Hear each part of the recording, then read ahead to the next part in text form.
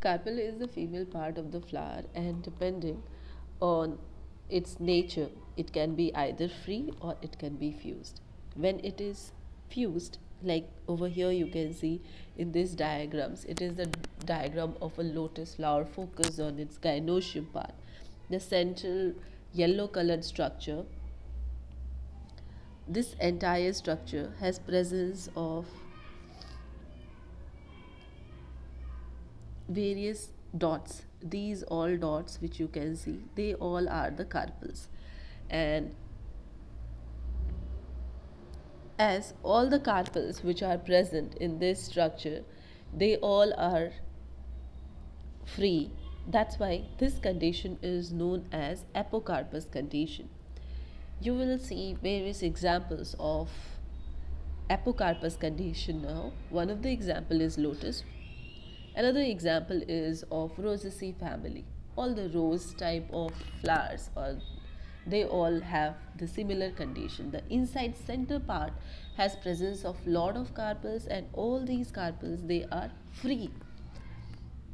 In rose, the center you'll see the similar condition. Stamens are surrounded at the peripheral area. In this diagram, it's written also clearly. This is the structure of a lotus. Inside part, it is not focused quite clearly, but yes, the inside yellowish part will have various dots, and each of the dots will be representing one of the carpel. This condition is apocarpous condition. Now, another condition is there when they will be fused, means the carpels, they will be fused. This is the example, like this is China rose, and in the China rose, if you focus on the carpels, which part is carpel? This area is the carpel area, where pentacarpellary structure basically we see this condition. All these carpels, they all arise from the same base, and as because they are arising from the same base, the style part is the same for all of them. So these all are the receiving areas, the receptive area on which the egg, like the pollen grains will be deposited, and later on they will be developing to form the entire new seed.